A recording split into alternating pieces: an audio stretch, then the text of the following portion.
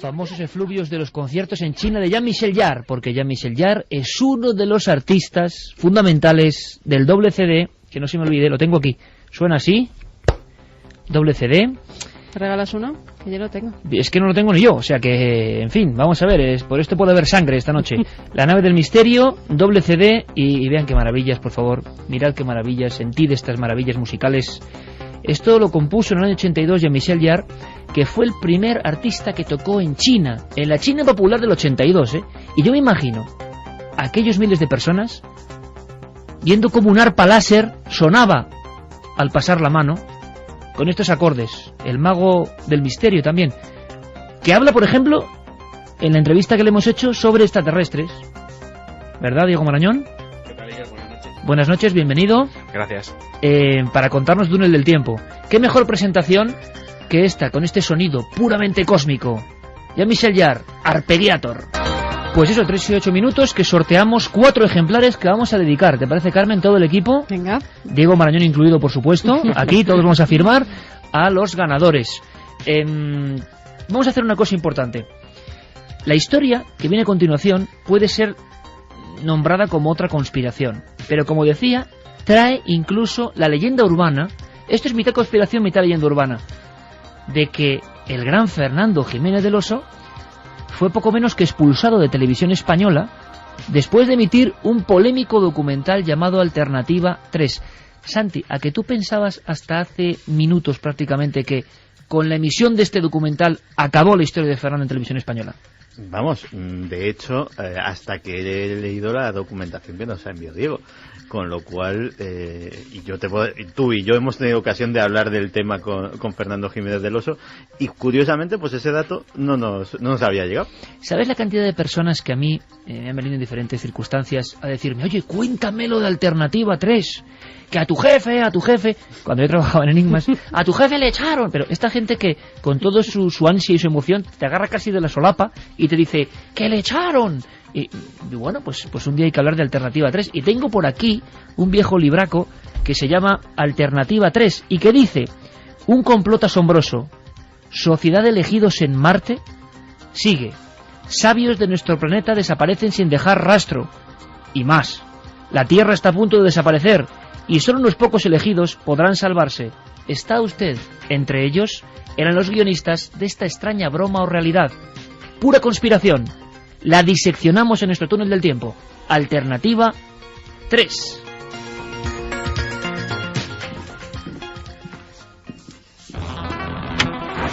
Alternativa 3 era un episodio más, un capítulo de una serie de mucho prestigio en Inglaterra que se llamaba Informe Científico. Medianoche. Que ya las pantallas de televisión están reflejando un punto luminoso. Las psicofonías son grabaciones paranormales en cinta magnetofónica. Los archivos aproximadamente 3.000 casos de encuentros con los humanoides. Esta noche, mágica, La Cruz del Diablo, de Gustavo Adolfo Becker. Que el metal se está fundiendo y dice que pronto se convertirá en algo así como plástico. Concretamente esta cuchara que tengo en la mano es nueva totalmente. El túnel del tiempo. A las 3:11 comienza el viaje. Un viaje a Marte, a la leyenda, a la broma o al complot televisivo. Diego, ¿cuándo se emite en España el documental Alternativa 3? Bueno, el estreno en España de Alternativa 3 se produce en La Puerta del Misterio, que es uno de los programas clave de Fernando Jiménez del Oso en Televisión Española. En nuestro país se emite te lo digo, lo tengo aquí apuntado, el 6 de febrero de 1983 a las 8 de la tarde, en la segunda cadena de Televisión Española. Perfecto, ese es el dato, aunque el documental es muy anterior. Sí, el documental es de la productora independiente Anglia, una productora inglesa, y se emitió el 20 de junio de 1977. Fernando lo estuvo buscando durante varios años hasta que por fin logró dar con él, lo dobló y lo emitió en este programa que por aquel entonces emitía contenidos extranjeros, y que hasta hace unos meses antes de Alternativa 3 pues había emitido material propio que habían rodado a lo largo de España. Yo solo pido a toda nuestra audiencia, por favor, como dice bien Santi, la que escucha el programa ahora y que es casi la misma cantidad la que lo escucha después en diferentes partes del mundo. Atención, porque esto yo sé que va a ser un bombazo, porque puede haber algo de verdad. Ese cuidado. La paranoia o no de Alternativa 3 Si ahora la leemos con nuestra lectura de hombres del siglo XXI, en fin, vamos a ver que hay cosas que se han cumplido o que se están cumpliendo, y eso es curioso. Me pasa una cosa muy significativa a mí con Fernando Jiménez del Oso, creo a Carmen también le ocurre y a Santi también. Oyes a Fernando, ves a Fernando, le escuchas en la radio y parece que sigue estando ahí, ¿no? Contándonos cosas, ¿no? Como cuando lo hacía en la redacción, exactamente igual, y eso es un poco la burbuja de las personas que, hombre, pues han sido importantísimas. Fernando tuvo como un momento de gloria por el eco de Alternativa 3, pero también de polémica, hay que decirlo, como ha ocurrido con otros maestros como Benítez aquí con el Caballo de Troya, lo hemos contado. Momentos delicados y a la vez de un enorme impacto. Decías, Diego, que cada cierto tiempo llegaban cartas preguntando por Alternativa 3. Era como el San Benito, el sello que le perseguía también. Sí, exacto. Por aquel entonces vosotros trabajabais en Enigmas, pero yo lo leía. Y yo me acuerdo que cada 5 o 6 meses, invariablemente, sí, se plantaba una carta al director donde le preguntaban: Fernando, ¿qué hay de cierto en esto que se cuenta sobre este documental con el que te echaron de Televisión Española? Y Fernando siempre decía: lo he explicado cientos de veces, pero voy a hacerlo una vez más. Y bueno, pues ahora vamos a explicarlo nosotros, Diego, y vamos a contarle a muchísima gente qué había en esa historia del documental emitido en España. Pone los pelos de punta, a nivel mítico. Fernando Jiménez del Oso, La Puerta del Misterio, nos habla instantes antes de que en las pantallas de nuestro país se vea esa extraordinaria historia de Alternativa 3. Por fin podemos ofrecerles a ustedes el anunciado programa Alternativa 3. Yo en lo personal llevaba años con la intención de conseguir ese programa y que ustedes pudieran verlo. El programa se emitió por el canal independiente de la televisión inglesa el 20 de junio de 1977. Y al día siguiente todos los periódicos se hicieron cargo, recogieron la noticia de ese programa, de lo que ahí se decía, y escribieron editoriales de todo tipo. Las centralitas telefónicas de la emisora de televisión se encontraron bloqueadas durante varios días de gente que llamaba, unos alarmados, otros indignados y otros preguntando si aquello era una siniestra broma o era real. Ahí tenemos un dato ya inicial a apuntar. Impacto enorme en la emisión del año 77 en el Reino Unido. Sí, si hace unas semanas hablábamos de la Guerra de los Mundos, yo creo que a nivel televisivo es lo más parecido que se ha emitido desde entonces. O sea, la reacción, quizá no a tan gran escala, pero sí es cierto que la centralita de Anglia TV se colapsó. La cadena se vio obligada, ante tal impacto en el público, a emitir un comunicado asegurando que, bueno, que todo el mundo se lo tomase con cautela. Hay que tener muy en cuenta lo que tú has dicho, la fecha en la que se emitió. Se emitió un 20 de junio, pero claro, ese programa no estaba pensado para emitirse un 20 de junio, estaba pensado para emitirse el 1 de abril.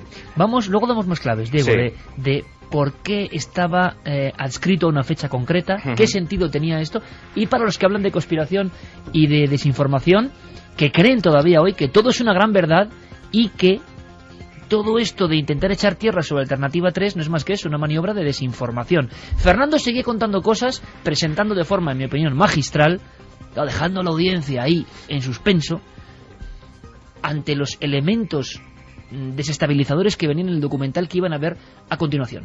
¿Qué es lo que contiene Alternativa 3 para armar todo ese revuelo y para haber provocado como consecuencia que no sea permitida su emisión en Estados Unidos y que tampoco sea permitida su emisión en la Unión Soviética? Bien, lo que dicen en Alternativa 3 es muy interesante. Entre otras cosas, dicen que los científicos están convencidos de que nuestro planeta ha entrado en una serie de cambios atmosféricos que van a conducir a una sequía total y a la desaparición de la humanidad en definitiva. Esto se debería fundamentalmente a esa capa de dióxido de carbono que se está acumulando allá arriba y que está haciendo un efecto de invernadero. Una vez convencidas las autoridades científicas de esta realidad más o menos inminente, plantearon alternativas. ¿Qué se podía hacer? Que es tratar de llevar a esa humanidad, aparte de esta humanidad, lejos del planeta, a otro planeta, ni más ni menos.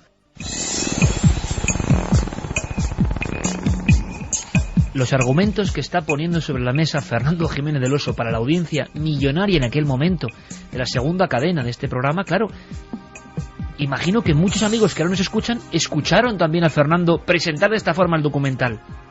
Prohibido en la Unión Soviética y en Estados Unidos, Diego. Claro, dos países claves en esta historia, porque él decía, bueno, lo veremos más tarde, que estos dos países, más allá de lo que podría parecer debido a sus relaciones tensas y que venían y que coleaban de la Guerra Fría, estaban inmersos en un proyecto ultra secreto, lo que podríamos llamar la conspiración definitiva, la madre de todas las conspiraciones.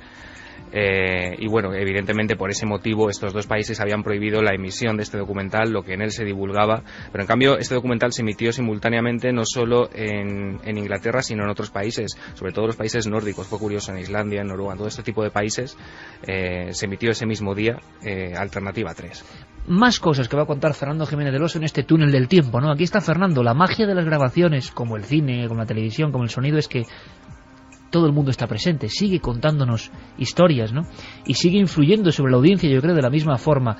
Pido, por favor, líneas de contacto, Carmen, para que nadie se olvide, porque sí que va a haber muchos amigos y amigas que hablen de Alternativa 3. Vamos a repetir esas vías de contacto. 27699, palabra clave milenio, espacio, vuestros mensajes, milenio3 con número, @cadenaser.com y www.cadenaser.com, que vamos subiendo los mensajes segundo a segundo, Iker. Y el regalo, 4 de esos packs que viene CD y también un libreto con toda la historia de las canciones de Milenio 3 y Cuarto Milenio. Bueno, pues Fernando nos da más datos para el estremecimiento global. Había víctimas a raíz de la emisión y elaboración de este reportaje llamado Alternativa 3. Algunos de los testigos ya no están, como el astronauta Brodin, que murió en el año 1978, se suicidó, y es una de esas muertes extrañas que también rodean a todo ese tema de Alternativa 3. Por ejemplo, Valentine, que era un astrónomo, murió en unas circunstancias muy misteriosas, ni más ni menos que fue objeto de una cremación espontánea. Tuvo un accidente de coche y su cuerpo se quemó, literalmente se achicharró, apenas quedaron cenizas, mientras que sus ropas estaban ligeramente chamuscadas. Esa combustión espontánea sucede de vez en cuando, es como algo parecido a lo que sucede en un horno de microondas. Ustedes meten un pollo envuelto en algo, el pollo se cuece y sin embargo la envoltura permanece casi fría. Algo parecido es lo que le sucedió a Valentine, algo desde luego muy extraño. Y este Valentine fue el que proporcionó de una manera indirecta a los que realizaban el programa Alternativa 3 una cinta de vídeo sustraída a la NASA en la que se demuestra que rusos y americanos estuvieron en Marte nada más y nada menos que en 1962. Exactamente el 22 de mayo de 1962, comprobando que la atmósfera de Marte es respirable.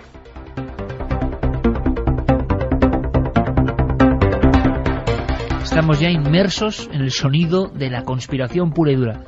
Fernando Jiménez del Oso ya ha contado una serie de cosas que me estoy imaginando. Estoy viendo la audiencia delante de la televisión. ¿Qué demonios vamos a ver ahora? Datos que yo creo que antes de desvelar si eran verdad o no, Diego, ¿por qué no vamos viendo un poco el documental? Y luego vamos explicando toda la realidad. Me parece perfecto. Empezamos viendo Alternativa 3, viéndolo con los ojos de la radio. Casi vamos a hacer clic y a poner la televisión con primitivo mando a distancia, o incluso había que levantarse y hacer clac, ¿no? Con la manija. Y empezaba así, ese documental que llegaba a España de esta forma y con esta presentación tan extraordinaria, empezaba así. Informe científico. Alternativa 3. Mi hermano había obtenido una beca para hacer algún tipo de trabajo allí. Es lo último que supimos. El no saber nada, eso es lo peor. Desaparecido desde el 9 de noviembre de 1975. No había nada extraño en su comportamiento. Simplemente desapareció. Desaparecida desde el 30 de diciembre de 1976. Estas personas a las que acabamos de oír han perdido a alguien que les era cercano. Perdidos en misteriosas circunstancias. Desapariciones súbitas e inexplicables sin dejar rastro. Si se están ustedes preguntando qué tiene que ver este tipo de historias, por importantes y trágicas que puedan ser, con informe científico, tendremos que retroceder en el tiempo unos 18 meses, cuando empezamos a trabajar en otra película que examinaba la fuga de cerebros de Inglaterra. Vamos a ver, una presentación impecable, unos locutores magníficos y una sensación de que un programa de enorme prestigio de repente ha cambiado sus directrices y nos está contando algo extraño, distinto. Tú antes me comentabas una comparativa ideal para entenderlo, Diego. Sí, Alternativa 3 fue un documental que se emitió dentro de otro formato que se emitía en Inglaterra, que se llamaba Informe Científico. Era un programa en el que se abordaban asuntos presentados por divulgadores, por investigadores muy serios, sumamente respetados, intachables, y aquí se abordaban pues esto, asuntos científicos, y es como si, te decía, es como si hoy mismo Eduard Punset en redes abre su programa y te cuenta esta misma historia. Íbamos unos hombres hablando de que han desaparecido sus amigos o familiares. Exacto, ellos dicen que iban a hacer originalmente un reportaje sobre la fuga de cerebros en Inglaterra, cómo los científicos que están ahí formándose se ven obligados a irse a otro país a trabajar por las condiciones laborales o económicas, pero se encuentran con algo que no esperaban los responsables del programa. Y se encuentran con una historia increíble que tiene que ver con una cinta de vídeo. Esa cinta de vídeo la presentaban así. Pero oí la cinta de vídeo que Valentine tenía tanto interés en que llegase a salvo a manos de su amigo el señor Henry. Aparentemente nada, ninguna imagen. Solo el incesante ruido del espacio en nada diferente a incontables otras cintas de los archivos de la radioastronomía. Nos aseguraron que aquí no había solución alguna a la misteriosa muerte violenta de Sir William Valentine. En ese caso, ¿cuál podía ser la información vital que Valentine había descifrado de esos ruidos aparentemente casuales? Es algo que tuvimos que esperar un tiempo para averiguar. La pregunta es obvia. ¿Qué era esa cinta de vídeo? ¿Quién era el tal Valentine? Pues Valentine era como un testamento en vídeo, de alguna forma. Un documento secreto que salía a la luz. Un testamento involuntario, realmente. Valentine era uno de esos supuestos científicos, uno de los protagonistas de esa fuga de cerebros, y que había concertado una cita con uno de los periodistas de Informe Científico. Con anterioridad a esa cita, le había mandado una cinta a este periodista, una cinta que el periodista intentó visualizar, pero que al parecer estaba codificada o tenía algún defecto o se necesitaba un descodificador para ver realmente su contenido, con lo cual el día que se había citado con este Valentine para que le proporcionase esa manera de ver el contenido de la cinta, Valentine sufre un accidente de coche y es lo que ha contado Fernando en la introducción, cuando en ese accidente Valentine poco menos que se cocina como un pollo. Una especie de cremación espontánea o fuego espontáneo tipo La Roya dentro de su vehículo, y así muere. Y Fernando, hay que decirlo, cuando presenta el acontecimiento, lo comenta como algo, yo no sé si ha ocurrido de verdad, lo da como dato fidedigno, pero desde luego estremece. Ese científico, un poco en plan garganta profunda, intenta, antes de su muerte, dar una pista sobre esas investigaciones que la Unión Soviética de entonces y Estados Unidos están llevando a cabo. Pero es que en el documental, según vamos avanzando en ese documental estremecedor por algún aspecto que ahora vais a comprobar, nos llegan elementos que son ahora mismo perfectamente asimilables por el hombre del 2010 y la mujer del 2010. Esto es el año 77, y hablaban de los peligros que se cernían sobre nuestro mundo, y uno tenía forma de cambio climático. La gran sequía mundial de aquel verano no había tenido igual en la historia conocida. Los pastizales europeos de ordinario tan verdes se vieron convertidos en áridos campos de tierra. En Francia, los incendios forestales incontrolados devastaron enormes zonas de bosque. No se veía el fin de la sequía. Enormes reservas de agua se desecaron y se tuvieron que llevar suministros a las zonas secas, algunas de las cuales apenas tenían agua para 20 días.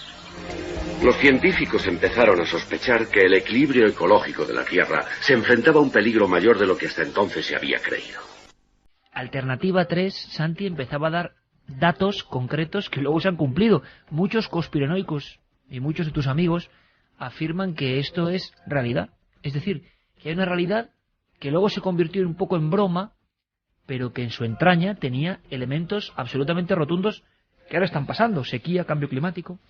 Hombre, de hecho, muchos de los, digamos, pesos pesados de la conspiranoia mundial, estoy pensando ahora mismo en Milton Cooper, por ejemplo, a pesar de todos los desmentidos, a pesar de todos los pesares, siempre sostuvieron que lo que había detrás de Alternativa 3 era 100% real, y que, bueno, esto había sido una especie de forma velada de revelar una verdad profunda. Y es que la verdad es que estamos hablando de los años 70, del 77, y se está hablando de cosas que a día de hoy estamos sufriendo. Superpoblación, problemas económicos, hambre y sobre todo algo que en aquel momento era una sombra, yo creo que imprevisible, el cambio climático. Se habla del efecto invernadero, se habla incluso de... O sea, ahí Alternativa 3 acierta. Sí, de hecho, la Alternativa 1 era precisamente intentar hacer una serie de explosiones nucleares en la atmósfera para abrir un agujero, como el de la capa de ozono, curiosamente, y que se disipase parte del calor del efecto invernadero. Esa era, o sea, realmente problemas que ahora mismo están vigentes, se planteaban hace 30 años. ¿Y la 2 cuál era? La 2 en concreto era generar para una élite una serie de refugios subterráneos de inmensas ciudades donde los privilegiados pudieran sobrevivir y dejarnos al resto en la superficie para que nos las apañásemos con todos esos problemas como pudiéramos.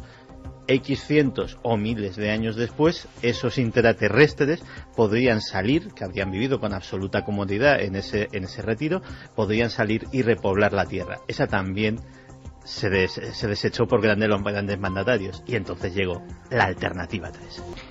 Sin decir en ningún momento que es ni verdadero ni cierto, simplemente exponiendo el documental en el reporte de informe científico. Y además, Diego, se emitían estas imágenes de cambio climático con imágenes muy potentes, con elementos e informaciones como que llegaban al cerebro, a lo más hondo, ¿no? Totalmente apocalípticas. Era como una especie de tráiler de lo más horrible que uno pudiera imaginar, de volcanes en erupción, incendios devastadores, animales muertos y casi momificados en mitad del desierto, y desde luego que sí que impactaba, sobre todo en aquella época donde la gente no estaba tan acostumbrada quizá como estamos nosotros hoy en día a ver esas imágenes. Y se daban unas claves como superpoblación de la Tierra, cambio climático, escasez de los recursos, contaminación, o sea, todo lo que ha pasado ahora. Sí, en ese sentido el documental era totalmente visionario, o sea, acertó de pleno. En ese sentido no hay nada reprochable. Y luego hay testimonios. Sí. Estos investigadores de reporte científico logran contactar con personas que dan su opinión desde dentro, incluso astronautas. Sí, astronautas, o lo que se supone que son astronautas. Uno de ellos, el astronauta al que recurren para confirmar las sospechas, en este caso del equipo, es Bob Grodin, que ellos presentan como integrante de uno de los proyectos del Apolo. Y además en el documental lo mezclan con imágenes reales de otros proyectos, quiero decir, mezclan realidad con las imágenes de este Bob Grodin, como haciéndole pasar por lo que realmente, como veremos después, no es. Pero bueno, es interesante cuando ellos le comentan a este Grodin sus sospechas, lo que Grodin dice y cómo reacciona a las sospechas del equipo de informe científico. Tiene que contármelo, Bob. ¿Qué está pasando? ¿Qué fue lo que vio? Alunizamos en un lugar equivocado y estaba repleto. Creíamos ser los únicos dando un paseo lunar. ¿Se está refiriendo a seres terrestres? ¿Cree usted que en Florida necesitan toda esa basura para mandar a 2 tipos ahí arriba a que se monten en una bicicleta? Eso no tiene sentido. ¿Sabe por qué nos mandaron allí? Para poder demostrar que somos los primeros en el espacio. No somos nada, créame. Absolutamente nada. ¿Sabe para qué fuimos? Para que ustedes sigan tan felices. Para que la gente deje de hacerse preguntas acerca de lo que está pasando de verdad ahí arriba. Bueno, se acabó. Fin de la historia. Este es el final. Astronautas que sabían de esos planes conjuntos entre Unión Soviética y Estados Unidos para colonizar otros mundos y para intentar hacer realidad esa Alternativa 3. Más personas, un tal Gerstein. Sí, Gerstein era uno de los doctores, uno de los científicos que inicialmente, cuando los responsables de informe científico contactaron con él, se negó a darles demasiada información, les habló de 3 alternativas en caso de que la situación en el planeta llegase hasta cierto punto, pero cuando ellos le preguntan, ¿nos puede contar algo más?, él responde que no. Al cabo de un tiempo, de unas semanas, el equipo de informe científico vuelve, apoyado por la cantidad de sospechas y ya casi podríamos decir que evidencias, le requieren un testimonio con mayor peso, le requieren, quieren que les cuente realmente qué es lo que sabe, y Gerstein accede a hablar, digamos que ya tira de la manta porque se da cuenta de que el agente de informe científico pues ha descubierto la madre de las conspiraciones. Cuando volvimos a Cambridge y le presentamos al Dr. Gerstein la información que habíamos obtenido hasta entonces, accedió por fin a dejarse entrevistar acerca de la alternativa 3. En la conferencia de Huntsville acordamos que no se podía hacer nada por frenar el avance demográfico ni evitar el agotamiento de las reservas alimenticias de la Tierra. Alternativa 3 era una opción mucho más limitada. Era un intento de asegurar que al menos algunos seres humanos pudieran sobrevivir a la hecatombe final.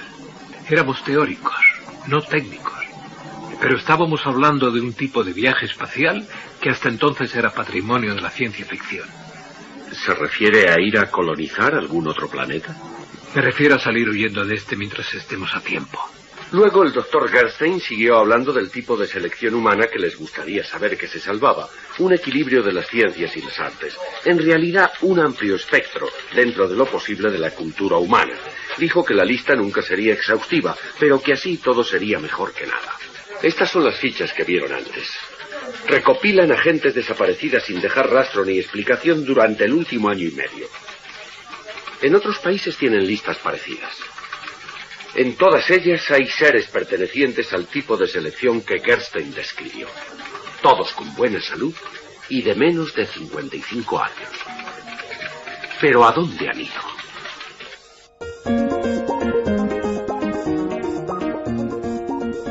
Es que era aterrador, realmente parecía que, bueno, se estaba produciendo esa especie de selección. Y hay un momento clave en todo este documental, el momento estelar, en el cual se presentan imágenes apócrifas de una especie de aterrizaje en el planeta Marte. Sí, de un aterrizaje que ellos sitúan en el año 1962, además le dan cierta fiabilidad. Bueno, hay que decir que la alternativa 3, no sé si ha quedado claro a la gente que nos está escuchando, es dar un segundo salto infinito, precisamente. Si el primer salto infinito se dio en la prehistoria, este sería dar ya el definitivo, abandonar el planeta, intentar colonizar Marte y teniendo la Luna como una especie de trampolín, para tener ahí una base, digamos, intermedia. Lo que intenta Alternativa 3 es presentar esa posibilidad, y sí, se presenta una filmación de un supuesto aterrizaje sobre Marte, donde además hay un momento que yo creo que es clave y que se le quedó a mucha gente en la retina. Yo creo que seguramente si la gente que nos está escuchando vio el documental en su día, cuando lo digamos se van a acordar. Es precisamente cuando aterriza el módulo, el narrador va explicando todo lo que ocurre, y en mitad de la explicación del narrador hay algo vivo, hay una especie de bicho que sin verse, una especie de topo que va levantando la tierra, o de gusano, o de lombriz enorme. ¿Sí? Exacto, que va levantando la tierra y que en ningún momento se ve, pero yo creo que precisamente por eso es aún más aterrador e impacta tanto. O sea, está muy bien hecho. Sí, realmente sí. Por lo tanto, este es el reportaje que echó al gran Fernando Jiménez del Oso de Televisión Española. Hombre, tiene enjundia la historia. ¿Qué hay detrás de todo esto? Vamos a contarlo ahora, pero este es el momento. Alternativa 3, emisión en España, enorme polémica y imágenes del año 62 de la llegada de los hombres, ni más ni menos, al planeta rojo. Creemos que esta es una auténtica grabación del primer descenso secreto sobre el planeta Marte de una nave sonda terrestre no pilotada. También creemos que la fecha que se da, 22 de mayo de 1962, es correcta. Sin duda alguna, el muro de seguridad con el cual se había pretendido ocultar esta información solo se podía mantener mediante la cooperación activa de gobiernos a muy alto nivel. Y de ello se seguiría que las, al parecer, favorables condiciones de vida en Marte, susceptibles de adaptarse al hábitat humano, se mantuvieran en secreto. Que lo que no hay duda es de que el esfuerzo empleado en ocultar al mundo estos descubrimientos hace suponer que alguna operación de suma importancia se ha llevado a cabo encubierta por los mecanismos de seguridad. Cabría suponer que esa operación es la que el Dr. Gerstein llama Alternativa 3, en cuyo caso es posible que se haya establecido en Marte alguna colonia humana, o que todavía se estén haciendo los preparativos para su transporte desde la Luna hasta Marte. ¿Quién sabe? Pero hacemos hoy este programa incitando a aquellos que sí saben a que nos digan la verdad. Hay una cosa que es bien curiosa y que yo creo que no se acaba de explicar del todo, se emite en España, hay un impacto brutal, tremendo, y empiezan las críticas, porque se descubre algo que es esencial en todo esto, y es que era una enorme broma, o por lo menos así se presentó en el Reino Unido. Sí, desde luego, y no había lugar a la duda porque en los propios créditos del documental aparecían reflejados los personajes y el actor que los interpretaba, con lo cual ni había Bob Grodin, ni había astronauta Bob Grodin, ni había Dr. Gerstein, todos ellos eran actores en su mayoría secundarios que habían participado pues como secundarios también en películas como pues El hombre que sabía demasiado, La reina de África, clásicos de este tipo. Y al final de todos los créditos, cuando se llega al último segundo, aparece la fecha real en la que ese programa debería haber sido emitido en Inglaterra, que no era el 20 de junio como realmente se emitió, sino era el 1 de abril. A lo mejor la gente que no esté muy familiarizada con la cultura anglosajona dice, bueno, ¿qué más da? Lo curioso es que el 1 de abril en la cultura anglosajona es el equivalente a nuestro Día de los Inocentes, es el April Fool's Day, con lo cual no queda lugar a dudas que Alternativa 3 había sido una gran broma que el equipo de informe científico había querido gastar a esa audiencia, porque en efecto sí que ese programa había sido concebido como el final de la serie. Pero hay algo aquí que no encaja del todo. Menuda broma en un programa científico, y segundo, ¿quién es el programador televisivo que, sabiendo que eso es una enorme broma y lo que puede provocar, va y lo cambia de fecha? O sea, es que es algo tan absolutamente extraordinario. Ese programador de televisión, que también son, ¿no?, una especie bien curiosa, cambió las cosas y de repente luego, pues fue el generador de la conspiración. No, realmente parece ser que por razones que no están aclaradas, ese día no hubo emisión de informe científico. Y entonces, pues evidentemente la programación siguió a la semana siguiente, tal cual, y cuando acabó la temporada dijeron, tenemos un programa colgando. Y tú y yo sabemos cómo se las gastan en la televisión. Dijeron, antes de guardárnoslo, lo emitimos el día que sea. Y así pasó lo que pasó. Pero vamos a ver, vayamos al meollo. Por cierto, ¿hay gente que recuerda haber visto Alternativa 3 en vivo, Carmen? Pues no. ¿Nadie se acuerda de Alternativa 3 de verlo en directo? No. Madre mía, eso sí me extraña. Lo han visto a través de internet ya. Claro, o sea, ya están en la época digital, pero no recuerdan aquel impacto. Viendo, no. Pues fíjate, yo echo de menos al señor que se enganchó de las solapas y me decía, ¿le han echado? Bueno, ¿le han echado o no le han echado? ¿Qué pasó con Fernando? Versión oficial de la leyenda urbana. Santi, ultra conocida. De repente, toda esa obra con enorme audiencia de Fernando Jiménez del Oso, que se trunca por emitir Alternativa 3. ¿De dónde surge eso? Pues realmente no lo sé, porque el propio Fernando, lo que me contó a mí y lo que aclaraba a todo el mundo que le preguntaba, es que efectivamente, y ahora veremos que a lo mejor no están así, efectivamente coincidió con el final del programa, pero que en absoluto había tenido nada que ver. De hecho, incluso podía haberlo tomado como la misma broma de decir, bueno, pues acabamos la emisión de La Puerta del Misterio, pues con esto que es más o menos algo ligero, por decirlo de alguna manera, ¿no? Pero desde luego no sé de dónde salió la historia de que le habían destituido fulminantemente por poner en antena eso. Fernando Jiménez del Oso sabía que era una broma, pero en la presentación, bueno, yo lo pregunto, no lo sé, en la presentación del documental en ningún momento habla de que eso sea una broma. Ha llegado un punto en el que dudo que Fernando lo supiera. Yo creo que Fernando hizo la introducción también amparado en la publicación de ese libro que tú comentabas antes, ¿no? Que lo publicaron los guionistas, el director de Alternativa 3, y en el que se ahondaba todavía más en esa teoría de la conspiración, se daban más datos y se presentaba realmente el documental y la teoría como real. A mí me extraña que Fernando realmente, sabiendo que era una broma, no dijese nada, aunque quién sabe. Yo no Luego lo sé. siempre le preguntaban, y aquí tenemos un corte de un programa absolutamente mítico y legendario, Michel Casas. O sea, Michel Casas es decir, leyenda pura y dura de la televisión, el pentáculo. Atención a mi amigo Michel, porque Michel, lo siento, pero un día, lo siento no, porque realmente es un homenaje, sabes que tenemos mucho cariño, pero vamos a hacer un túnel del tiempo totalmente centrado en el pentáculo, porque hay un momento en el pentáculo que esto no es para hoy, pero se superan todas las cotas de fuerza televisiva, que es la famosa pelea. Cuando se dan, ¿no? Sí, la famosa pelea, que si queréis luego lo contamos, la famosa pelea con Pruden Muguruza por en medio. Sí. Pero Pruden Muguruza haciendo gestos tipo Karate Kimura, intentando apartar a dos videntes que se están golpeando, Ricardo con una vasija así. Dos cámaras soltando la cámara. El momento en el que el cámara deja la única cámara y sale corriendo a meterse en esa especie de pressing catch en mitad de la Euskal Televista, es algo de tal fuerza. Yo sé que Michel lo va a entender. Es que es un momento que existe y que es tremendo, y que todos los que trabajamos en la televisión sabemos que puede pasar cualquier cosa en cualquier momento. Pero esto no quita para que el Pentáculo fuese durante un lustro un programa maravilloso en radio, en televisión, una labor increíble.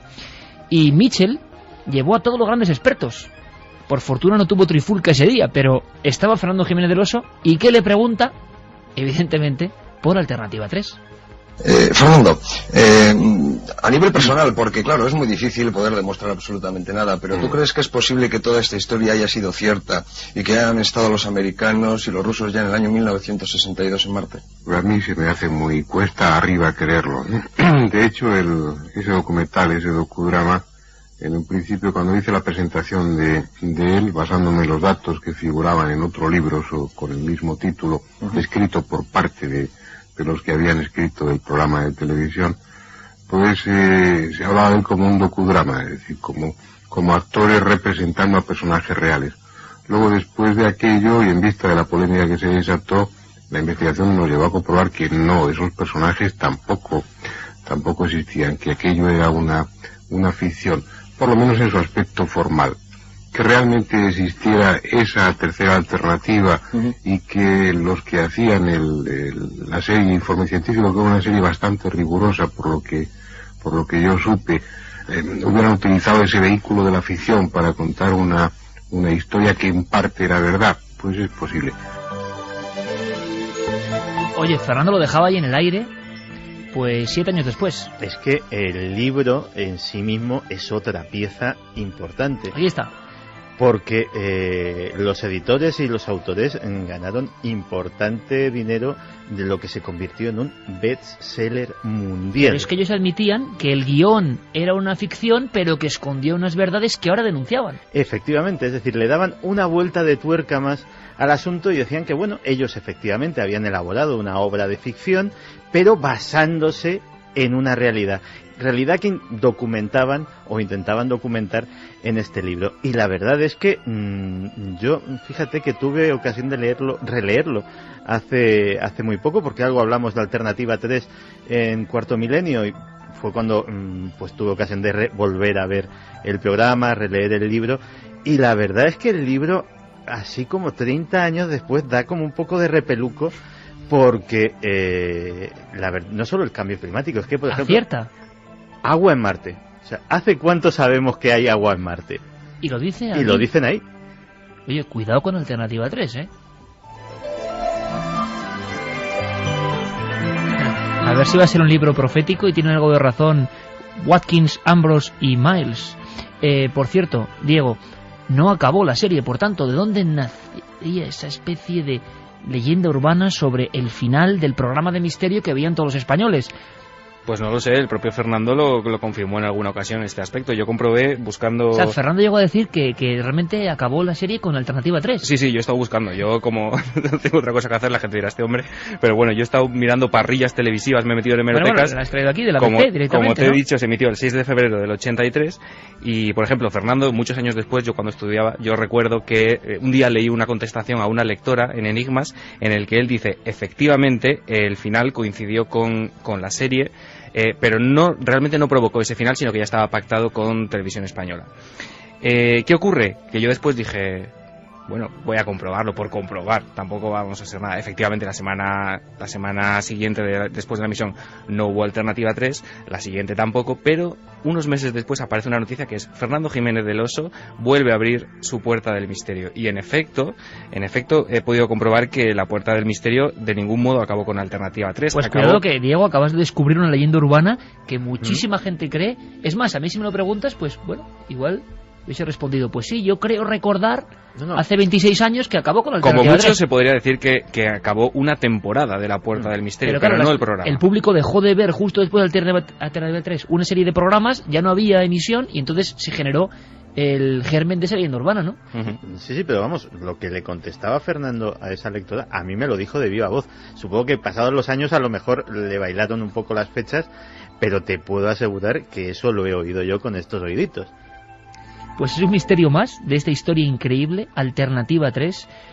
¿Se sabe algo de los autores de esta historia? ¿Acabó aquí todo su No, trayecto? los autores, tú decías antes que ganaron mucho dinero y siguen ganándolo. Alternativa 3 salió en DVD en 2007. Por cierto, que los originales, el máster original de la grabación se ha perdido. El máster que utilizaron para hacer el DVD procede de la grabación personal de uno de ellos. ¿Se perdió todo? Sí, en un incendio, se supone. Los documentos legales de contratos de producción, todo este tema de Alternativa 3 han desaparecido, y lo único que se conserva es ese DVD que salió en 2007 en Inglaterra, que no conserva el audio original, por eso los documentos que se han emitido hoy tienen ese sonido un poco de VHS antiquísimo. Y como te digo, pues sí, David Ambrose y toda esta productora siguen ganando dinero con Alternativa 3. Y Anglia Televisión, hoy con otros nombres, pero que no quieren saber nada de Alternativa 3. No quieren saber nada. Cuando alguien les pregunta por Alternativa 3 es como si para ellos no hubiese existido nunca. Comentar al diablo. Diego Marañón, muchísimas gracias, aquí en vivo, en Milenio 3. A vosotros, un placer. Ahora vamos con nuestros oyentes, por supuesto, y con el sorteo de este doble CD que ha salido esta semana a la venta, con muchas de las músicas que está poniendo ahora mismo Noel de fondo. Pero ha ocurrido algo. La primera noticia me la enviaba Guillermo León. Al parecer en Estados Unidos un estudio muy interesante sobre la, vamos a decir, parapsicología o percepción extrasensorial o adelantarse al futuro. Bueno, en fin, es un tema tan complejo que iremos desbrozándolo, pero tenemos ya al corresponsal de la cadena SER en Estados Unidos, Javier del Pino, que hace una recopilación de información. Yo creo que es sorprendente para reflexionar. Es un experimento que para unos está al borde de la ficción, para otros es pura ciencia. Se trata del estudio de los llamados fenómenos PSI, una categoría de la parapsicología que engloba situaciones relativamente frecuentes y frecuentemente inexplicables, como la telepatía, la clarividencia, la premonición y sobre todo la precognición, la capacidad de saber con antelación lo que va a ocurrir en el futuro. El estudio ha sido publicado en la revista de la Asociación de Psicología Social de Estados Unidos. Según el experimento del doctor Daryl Bem, todos poseemos esa capacidad de la precognición. Todos somos, en teoría, capaces de adelantar hechos que van a ocurrir en el futuro, pero unos han desarrollado esa capacidad más que otros. Su trabajo está basado en pruebas que datan del año 1931 en la Universidad de Duke, con el psicólogo Joseph Rhine. Con una baraja que contenía solamente 5 cartas distintas, se le pedía a un grupo de individuos que anticiparan qué carta iba a salir. Después de hacerlo cientos de veces, el porcentaje de aciertos estaba exactamente en el 20%, que es justo el porcentaje que marcan las leyes aleatorias de las matemáticas. Sin embargo, había un individuo llamado Adam Linsmeyer que siempre acertaba al menos en el 50% de las ocasiones, y en una de las pruebas fue capaz de acertar correctamente la carta 9 veces seguidas. Las posibilidades matemáticas reales de que eso ocurra son de 1 entre 2 millones. Días después de terminar el experimento, y para asegurarse de que no había truco, el doctor Rhine le pidió de manera imprevista en su coche que lo intentara de nuevo. Linsmeyer adivinó en esa ocasión 15 cartas seguidas. La posibilidad matemática de que eso ocurra de manera casual es de 1 entre 30.000 millones, lo cual demuestra que al menos ese hombre tenía una facultad extraña pero demostrable para adelantar el futuro. Lo que ha hecho ahora el doctor Daryl Bem es realizar experimentos similares de manera aleatoria y ha demostrado que el porcentaje de precognición es del 53%. Si los resultados fueran casuales, tendrían que ser exactamente del 50%. Un 3% de diferencia puede no parecer mucho, pero demuestra que determinadas personas tienen una capacidad innata para anticipar hechos que todavía no han ocurrido. Más del 50% de nuestros oyentes que han votado en esta encuesta han tenido algún tipo de fenómeno que no han podido explicar. Bueno, pues yo creo que es un elemento interesantísimo. Hoy hemos tenido aquí unos buenos amigos que vienen de la página de Foros del Misterio. Por ahí está nuestro amigo Félix Redondo. Félix, ¿cómo estás? Está ahí de fondo, vienéis de Toledo, de ese congreso que se ha efectuado allí con un montón de amigos y de investigadores del misterio. Bueno, Vaya Nacho Ares ha estado sí, ahí, Nacho ahí. Nacho que está que se sale el hombre, en la televisión también. No para. Y ha merecido la pena la experiencia de estar aquí en Milenio un día completo de misterio. ¿Cómo aguantan? Es increíble. Pues toda la suerte para ese foro, para Foros del Misterio, y tantos amigos que en toda la red difunden, por ejemplo, el mensaje de Milenio 3 y de otros programas amigos, y que difunden también estas músicas en muchas ocasiones. Y yo quería dar las gracias a toda esa gente que ha entrado en mi blog, en la nave de la moda. Lo tuyo es tremendo. Ya. Santi, ¿tú sigues sin web? Yo sigo sin web. Bueno, esto no puede ser. Hay que hacer una web con temas como los que tú cuentas siempre, conspiración. Hazte un blog, que lo haces tú mismo, muy facilito. De verdad, que muchísimas gracias, que muchas gracias a la gente, porque la acogida ha sido espectacular y que muchas gracias por seguirme. Y Diego Marañón también en un sinfín de sitios, en un sinfín de foros, en Foros del Misterio también. Ahí estamos. Y gracias porque tú me dabas algunos datos, que yo no voy a repetir aquí, pero bueno, es tan impresionante el afecto que sentimos en el lado de lo digital. Diego, Félix, ambos cabezas visibles, ¿no?, de ese foro, y en muchos más que hay de amigos, de milenarios, de un montón de foros. Es increíble los datos que nos llegan de las plataformas de descarga de este programa. Humildemente, solo queremos pasar un buen rato, aprender cosas y vivir la emoción, a veces mejor, a veces peor, de esa cosa maravillosa que es el misterio de la radio. Gracias por estar aquí. Un placer. Feliz regreso. Gracias. Diego, gracias por estar con nosotros. Fermín, Noel, todos los compañeros, muchísimas gracias. Carlos Largo, compañero, gracias por el trabajo especial de esta semana. Santi, nos vemos en 7 días. Y mañana en la tele. Nos vemos mañana en la tele. Mañana con una historia muy bonita, Juanelo Turriano, entre otros. Sí, y además voy a enseñar unas imágenes raras, pero no como las que vemos siempre en el programa. Sí, pero no lo digas. No lo digo. Mañana en 7 días aquí, mañana en la tele, en 7 días en la radio. Nuestra investigación prosigue. Y en estas fechas, pues sí, está bien, un poquito de alegría para todo el mundo, que la cosa está muy apretada. Y muchos besos para toda la gente que está en los hospitales, tanto los enfermos como la gente que trabaja para ellos. Y la gente están cuidando, Y nos encontramos mucha gente que le está pasando y que sin embargo tienen la radio como vehículo de amistad y que están esforzándose. Hemos tenido algún ejemplo interesante de esfuerzo ante la incertidumbre que vivimos. Ánimo, alegría, feliz semana. 3 y 6 minutos, gracias por viajar con nosotros, gracias una vez más, tenemos que repetirlo, eso es bueno, como un avión, un gigantesco Boeing que lleva 750.000 amigos. Y nunca mejor dicho, algunos parajes montañosos, porque vamos en busca de un viejo misterio. Hoy es un día idóneo para hablar de aviones, con todo el increíble dilema que se vive en el cielo español y mundial. Habrá gente que no le gustará nada. La gente que ha estado ahí en el aeropuerto esperando pero horas y horas y horas con los niños pequeños y con todo. Pero dentro de los aviones han ocurrido muchos misterios. ¿Os acordáis del caso terrible, quizá muchos los más jóvenes no, del tiempo perdido en el vuelo, por ejemplo, Bilbao-Santander? Y no me refiero a tiempo perdido de retrasos lógicos o aviones que salen y llegan no a su hora, sino cosas mucho más raras. Ahora que se cumplen 65 años de la historia del vuelo 19, aquella historia que fue el primer eslabón del mito o no del Triángulo de las Bermudas. Dentro de los aviones de pasajeros, ocurren cosas extraordinarias en ocasiones que tienen que ver con el misterio. Se ha hablado de apariciones, se ha hablado de fenómenos extraños, se ha hablado de visiones. Y vamos a ir a contaros algo que acaba de ocurrir, porque si algo de alguna forma os muestra la directriz de este programa es que nos hemos basado en la pura y dura actualidad. Unos compañeros, investigadores, divulgadores, escritor, Carlos Gutiérrez, ha tenido una curiosa sorpresa. El nombre es, y vamos a explicar un poquito antes de conectar con él, Espectro de Brocken. Cuenta la historia, la vieja historia, cómo unos montañeros, llegando a las cimas de unas montañas tremendas en el corazón de Alemania, vieron un increíble fenómeno, un espectro, una figura delgada, una figura que tenía los brazos en cruz, que parecía un gigante y que emitía una serie de rayos, una especie de corona o gloria, dijeron, y que se les aproximaba poco a poco. Terror y visión de algo que parecía el otro mundo.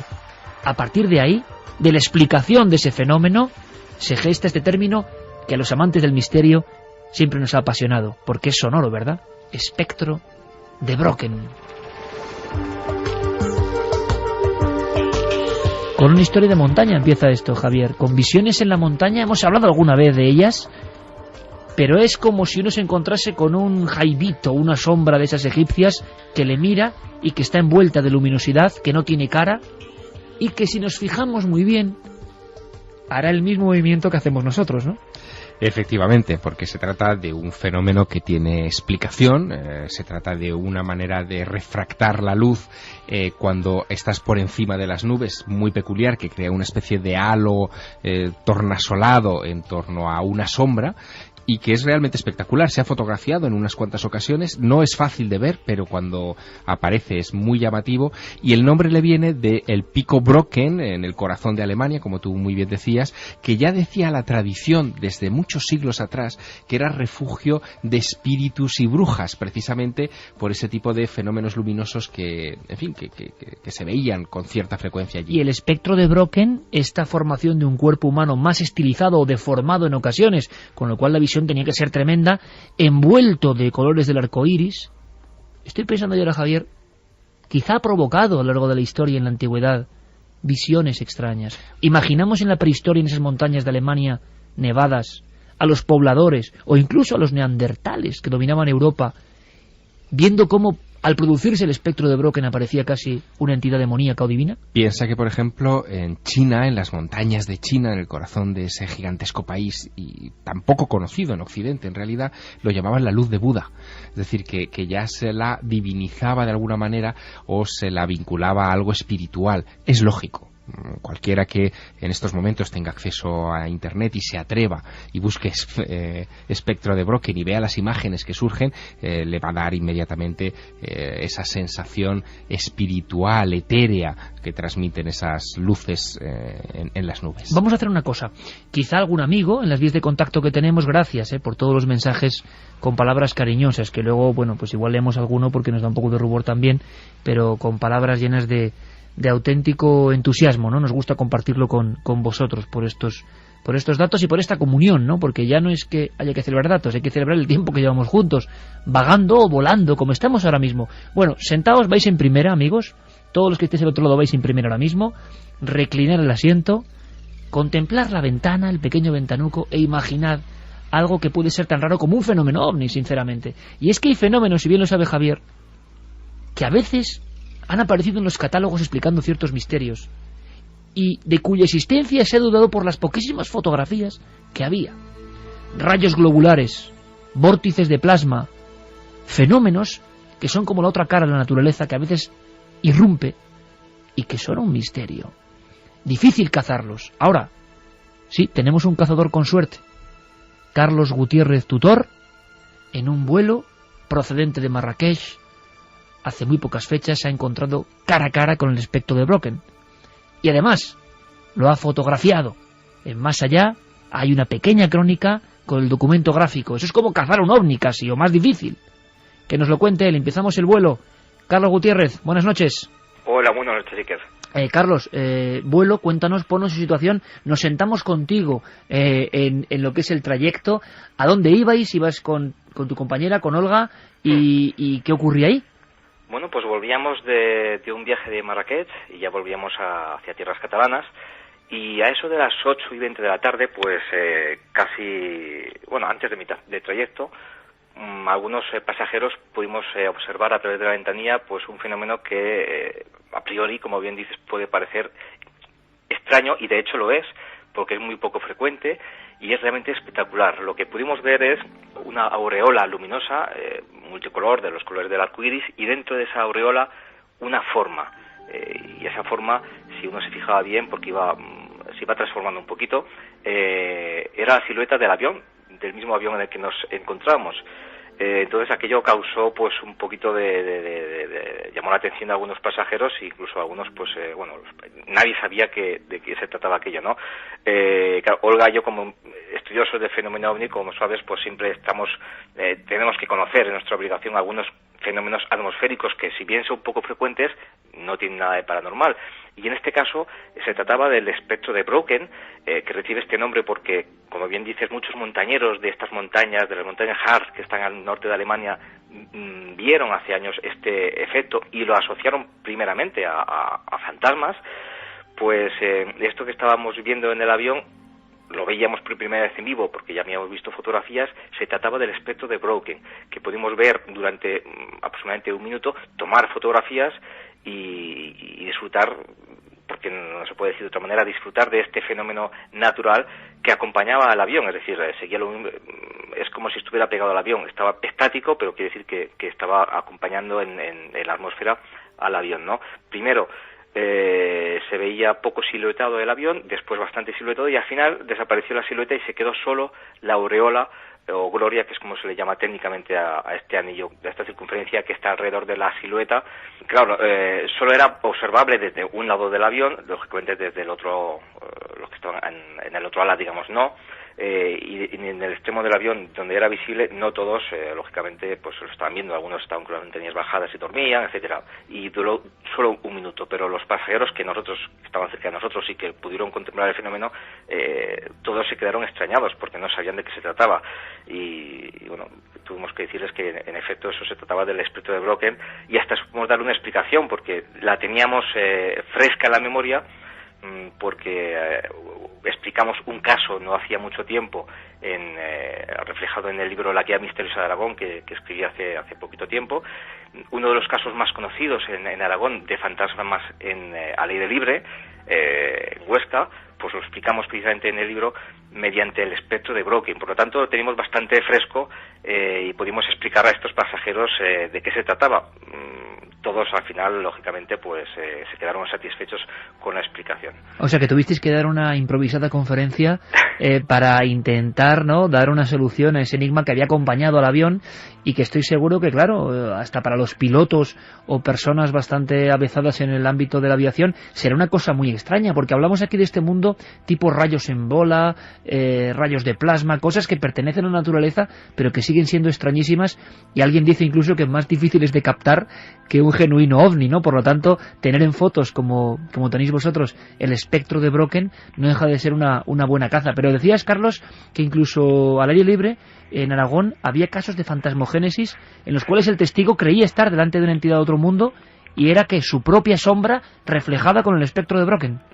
Sí, un caso, ese sucedió en el año 1992, y desde entonces algunos de los libros de las guías que se han escrito sobre Aragón mágico pues detallan este suceso ocurrido en Castellón-Roy, en Huesca, cerquita de Castellón-Roy, junto a la ermita que estaban reparando unos obreros. Este caso lo relatan como un caso típico de fantasmogénesis, de un espectro que se había aparecido en la calle visto por varias personas, ¿no? Y en efecto pudimos explicar este fenómeno casi al 100%, porque todas las características coinciden con el espectro de Brocken. Es decir, este fenómeno se da cuando hay nubes que están por debajo del observador, o niebla, que la niebla no dejan de ser nubes, y el sol está a baja altura. Por eso es tan típico este fenómeno dentro de las personas que practican el montañismo. Y bueno, uno de estos obreros que estaban realizando pues obras en la ermita de San Salvador, a las afueras, a las cercanías de Castellón-Roy, en Huesca, se acercó momentáneamente al pueblo, y cuando se dirigía hacia el pueblo, entre la ermita y el pueblo, pudo ver una silueta extraña que él calcula a 50 metros de distancia, dentro de un anillo de colores también, exactamente como lo que pudimos ver en el avión, o como otros ejemplos de espectro de Brocken que tenemos de forma gráfica. Al regresar volví a ver lo mismo, y días después el hijo de uno de los obreros que estaba trabajando en la ermita volvió a ver lo mismo y comprobó que la figura que estaba dentro de este anillo de colores realizaba los mismos movimientos que realizaba él, es decir, que venía a ser una especie de reflejo, de espejo natural. Claro, este pequeño detalle, algunos investigadores que reflejaron este caso como paranormal se lo saltaron. Por lo tanto... Qué curioso, o sea, Carlos, que hasta que alguien no se dio cuenta que era su propio reflejo, eso era para ellos algo, imagino, que inquietante, ¿no? Claro, porque fíjate que la silueta que aparece en el espectro de Brocken dentro de la aureola puede estar más o menos definida. Claro. Lo vimos de primera mano en el avión. Cuando está muy poco definida, hombre, en las circunstancias en las que se da, con mucho frío normalmente, con niebla, a veces poca visibilidad, si la silueta incluso además no está muy marcada, es difícil observar tus propios movimientos. Tú puedes levantar un brazo y si la silueta no está muy bien marcada, puedes no ver que la silueta también levanta el brazo, ¿no? Entonces esto seguramente es lo que le ocurrieron a estos obreros de Castellón-Roy, en Huesca, que la silueta estaba poco marcada. A los días, cuando uno de los hijos de estos obreros vio el fenómeno también, la silueta estaba sin duda más marcada, y pudo comprobar que cuando él se movía, la silueta también se movía. Y Carlos, con esta explicación, que yo creo que es perfecto el análisis y el informe, nos damos cuenta de que muchos casos, o un porcentaje de casos, pueden tener esta raíz natural y que, claro, a ojo del observador no interesado o no versado en estas cuestiones científico-atmosféricas, tiene que ser algo sobrenatural. La caza ha sido buena en el sentido de las fotografías. ¿Habéis podido captar a buen tamaño y con buena definición al espectro de Brocken? Yo creo que es como el cazador que tiene una buena captura, ¿no? Sí, claro, además nosotros siempre siempre que salimos tanto de investigación como otra faceta de nuestro trabajo, que es colaboración con revistas de viajes y fotógrafos, siempre vamos con equipo profesional de fotografía. Es decir, en ese sentido, pues pudimos captar las imágenes no solamente con buena resolución en cuanto a píxeles, sino también enfocadas, como en contraste. Es decir, se trata de un material de calidad y que es una de las pocas veces que, digamos, alguien dentro del mundo del misterio puede obtener un material propio que además lo puede compartir y precisamente para eso se publicó Más Allá, para ponerlo a disposición de otros investigadores que puedan necesitar de él para explicar algunos casos que sin duda son explicables por medio del espectro de Brocken, en este caso, o de otros fenómenos atmosféricos desconocidos, pero que no por ello son paranormales. Muchísimas gracias por el informe. Yo creo que es tan extraordinario como un ovni, sinceramente. Son facetas de la naturaleza que muestran su cara más desconocida, más inusual, y desde luego había que estar ahí muy preparado, con el gatillo de la cámara, vamos a decirlo así, perfectamente predispuesto. Un abrazo muy fuerte y feliz investigación, Carlos. Gracias, un abrazo. Un abrazo.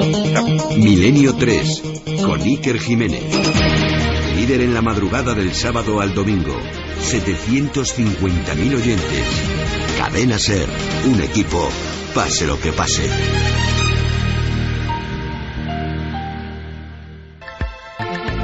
Tres y 22 minutos, continúa nuestro vuelo hacia siempre las tierras del misterio. Esta música, además, Equinox, tan cósmica, que aparece en ese CD de la música de lo enigmático, lo cósmico de Cuarto Milenio, y una pequeña apreciación, porque dentro del espectro de Brocken, que hoy damos a conocer a muchos amigos seguro, también hay subespecies, y cuando no es silueta humana lo que se ve, al parecer se llama de otra forma.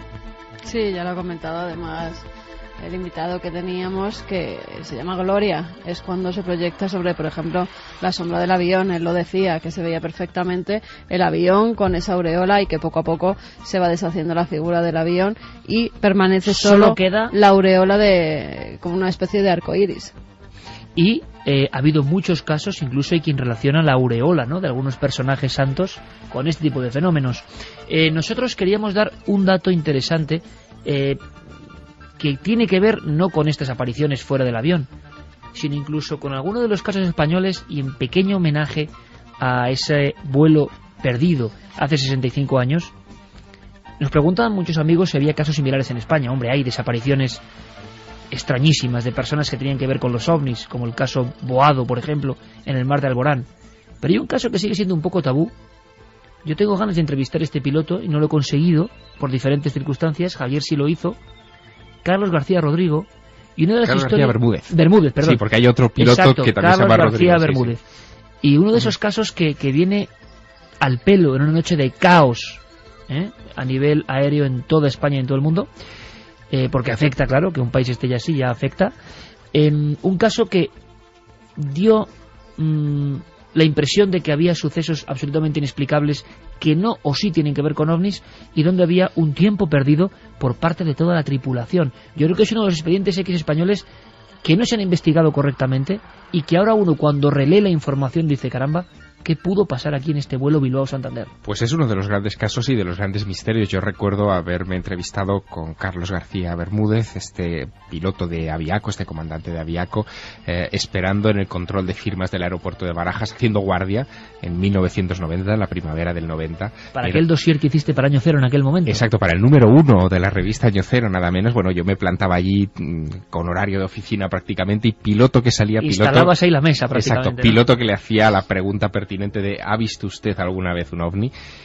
Pero con Carlos García Bermúdez no me hizo falta hacerle esa pregunta porque lo reconocí inmediatamente. Tiene un aspecto de gran titán, vamos, del aire. Es un personaje que incluso ha volado en aviones acrobáticos, ha participado en rodajes de películas, en fin, es todo un pequeño mito del aire. Y Carlos García Bermúdez, en una tarde muy particular, en la tarde del 31 de enero de 1979, en el vuelo Aviaco 501, un Caravelle, que hacía la ruta entre Valencia y Bilbao, al llegar al aeropuerto de Sondica, en Bilbao, se encuentran con que las condiciones climatológicas no son las más propicias para tomar tierra, algo muy normal en aquel entonces en ese aeropuerto, y le dan la orden de que tiene que extender su vuelo unos minutos más al cercano de Santander. Bueno, en ese trayecto, que habitualmente dura de 12 a 15 minutos más o menos, son pocas millas, son 40 millas, se hace relativamente rápido, el Caravelle del comandante se adentra en una nube muy particular. A él le llama la atención, y a su segundo, Antonio Pérez Fernández, le llama la atención que esa nube es muy brillante. Bueno, la atraviesan, entran dentro, y en cuanto atraviesan esa nube lenticular, de aspecto lenticular brillante, los sistemas de navegación de a bordo empiezan a fallar. El horizonte artificial se vuelve loco, la brújula artificial también, los indicadores también enloquecen, y en concreto hay un aparato que les llama mucho la atención que enloquezca, que es algo que llaman el DME, que es una especie como de cuentamillas, para hacernos una idea, el cuentakilómetros del coche, ¿no? Que en vez de avanzar como sería lo lógico, en un momento determinado se detiene y comienza a caminar hacia atrás. Da la sensación que el avión, por tanto, está siendo como succionado hacia atrás, llega a Bilbao y se va todavía más hacia Pamplona, en vez de ir hacia Santander, que era su destino. A los 7 minutos abandonan la nube, y en cuanto abandonan la nube, todo vuelve a la normalidad. Saben que no se han desviado del rumbo porque llevan una brújula de agua, la brújula clásica, en el panel del aparato del Caravelle, y saben que se han mantenido constantemente rumbo correcto hacia el aeropuerto de Santander. Y han pasado 7 minutos. Pero cuando aterrizan, se dan cuenta de que ese vuelo, que dura habitualmente los 12 o 15 minutos, el cuarto de hora, se ha convertido en 32 minutos, el doble de tiempo, que han consumido combustible dentro de esa nube como si hubieran hecho 32 minutos de vuelo y no 15 minutos de vuelo, y no encuentran una explicación de ninguna clase que les diga qué pasó en ese tiempo perdido, en esos 15 minutos de tiempo perdido. Y hoy por hoy sigue siendo uno de los expedientes más misteriosos de la aviación española. Si vinculado a ovnis, o a nubes electromagnéticas, o a otras cosas, no lo sabemos, pero el misterio está ahí.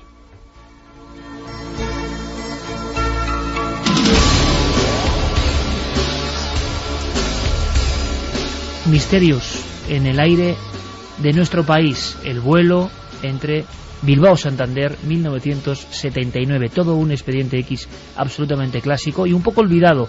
Por cierto que tenemos noticias, y una con rostro, bueno, cara que impresiona, cabeza temible, y yo no sé hasta qué punto estamos ante o una nueva criatura, o ya se conocía la criatura, o es un especial ejemplar de tamaño gigantesco y de fauces que parecen... Yo cuando vi la primera imagen pensé que eran, bueno, pues incorporadas con ordenador, que esos dientes tan terroríficos estaban puestos ahí por algún montajista, ¿no? Pero no, parece que es una criatura real en África, y hablan de un pez que come cocodrilos y hombres. Sí, es una especie conocida, se le llama pez tigre Goliat en este caso. Llegan a pesar 50 kilos y pueden medir hasta 2 metros. El que se ha pescado hace unos días medía 1,52 y pesaba 50 kilos. Es muy voraz, por eso le llaman la piraña africana. Es de río. Es de río y de lago. Y es muy conocida allí porque no solamente se come otros peces, sino que cuando hay época de sequía incluso practica la antropofagia, es decir, comerse a su propia especie. Han llegado a comerse entre ellos. Bueno, comerse a hombres sería antropofagia, y comerse también canibalismo de su propia especie. Eso es. Pero no solo eso, sino animales que se acercan demasiado a la orilla tienen una forma dentro del cuerpo como una especie de gas que detecta las ondas que hay en el agua de los animales que entran, y entonces va a cosa hecha, animal que ve, animal que caza. Es muy voraz, Iker. Dicen que ha habido muchos ataques de hombres en el río Congo, que incluso han llegado a tener que amputar a algunos miembros después de que este pez se haya comido parte de una pierna, por ejemplo, de un hombre. En el río Congo, y las imágenes son espectaculares, seguramente... El último que han... perdona, Iker, que te interrumpa. El último que han pescado se puede ver en un programa de televisión que se llama River Monsters. Y vemos incluso cómo le cuesta al pescador alzarlo, cómo lo recoge en una red y luego lo vuelven a introducir en el agua, después de fotografiarlo, de pesarlo, de medirlo. Pero bueno, es que si veis las fauces de este bicho de río... Mira, te voy a pasar el documento, Javier. Sí, pero ¿por qué creéis que Leonardo da Vinci, genio entre los genios, a lo único que temía era al agua y lo que había en el agua? Es que es normal. ¿Tú lo has visto, Santi? Lo he visto. Es que es impresionante, es como un lucio gigante. 32 dientes, dicen, muy afilados. Con dientes que parecen, en fin, no sé, de una piraña gigante. ¿Esto te lo crees? Claro, se hizo la noticia de capturan piraña gigante. La llaman así, pero no pertenece a la familia de las pirañas, ¿eh?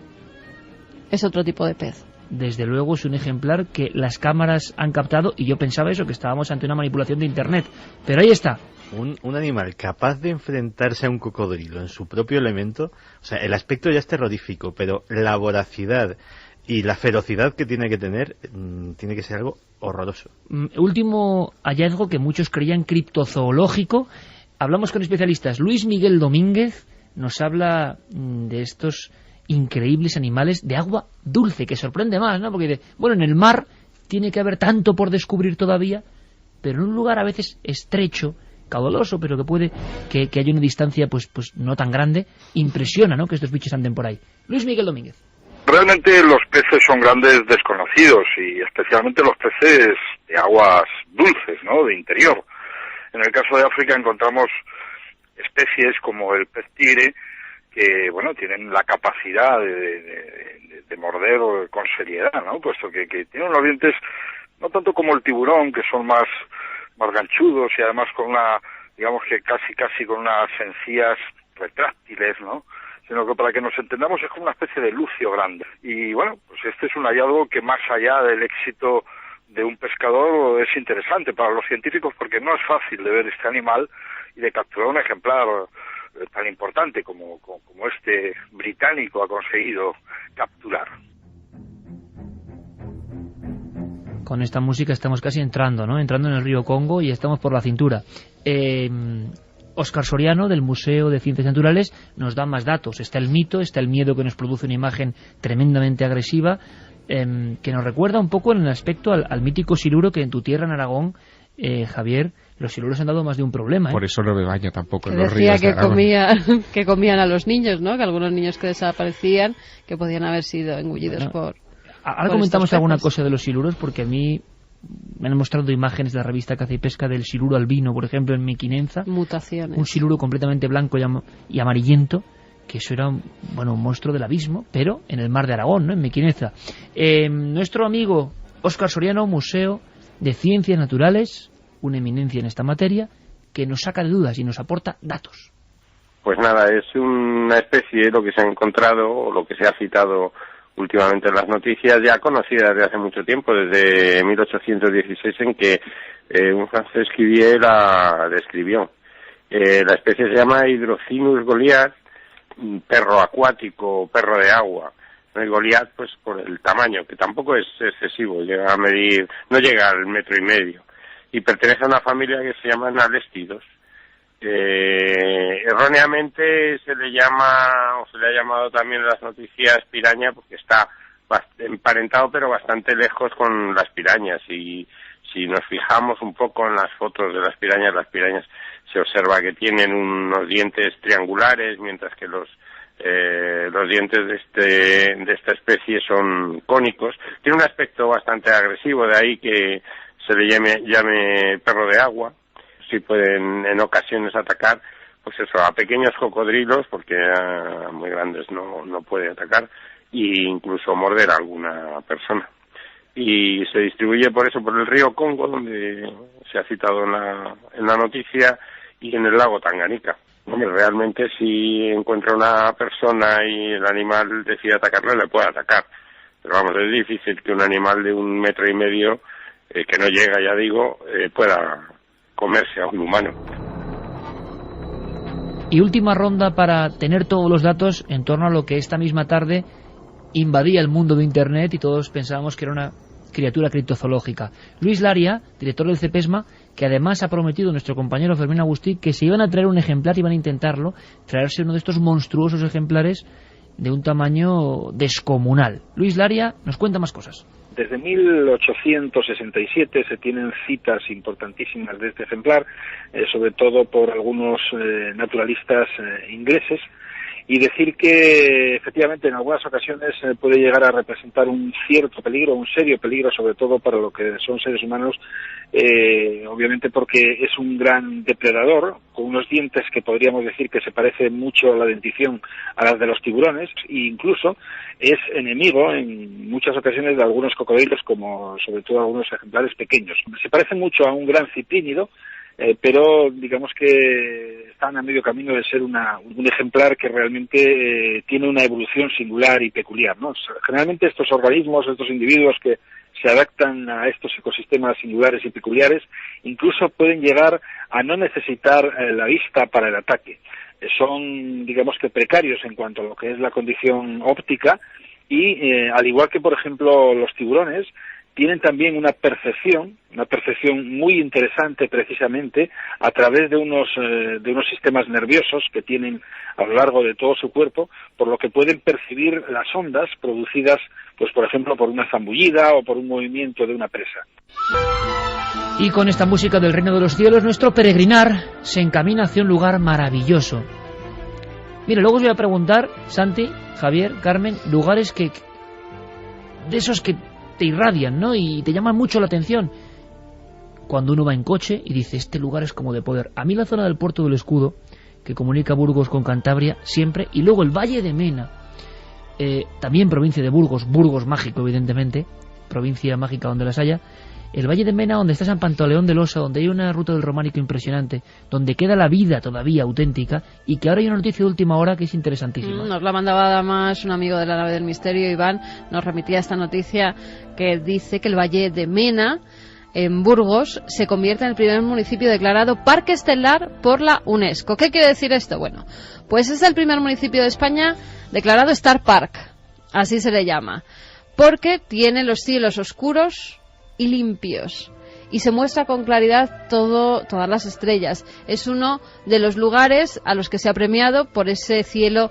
tan oscuro que permite observar perfectamente las estrellas. Es donde menos contaminación lumínica hay, que ya sabemos los que nos dedicamos a veces a salir al campo y observar el cielo para ver si vemos algo extraño, que las luces nos molestan mucho. Por ejemplo, en Madrid sería imposible mirar al cielo y ver el cielo que tienen aquí, en este lugar. Villasana de Mena. Ahí se han expuesto los términos que garantizan la calidad de este cielo nocturno. Qué importante es eso, porque no hay nada que nos conecte más con este planeta, con quiénes somos, con nuestra propia identidad, que estar en medio de una noche estrellada, clara, en la que se pueden distinguir, bueno, la inmensidad de mundos que hay ahí arriba. Yo creo que no hay nada como eso. Y fíjate, es curioso porque en esta semana, que ha sido muy densa de actualidad, donde se ha hablado de este descubrimiento, de un nuevo tipo de vida, una supuesta nueva tipología de vida por la NASA, a la vez... Ahí está la noticia, notición. Sí, notición que comentaremos, pero justo a la vez...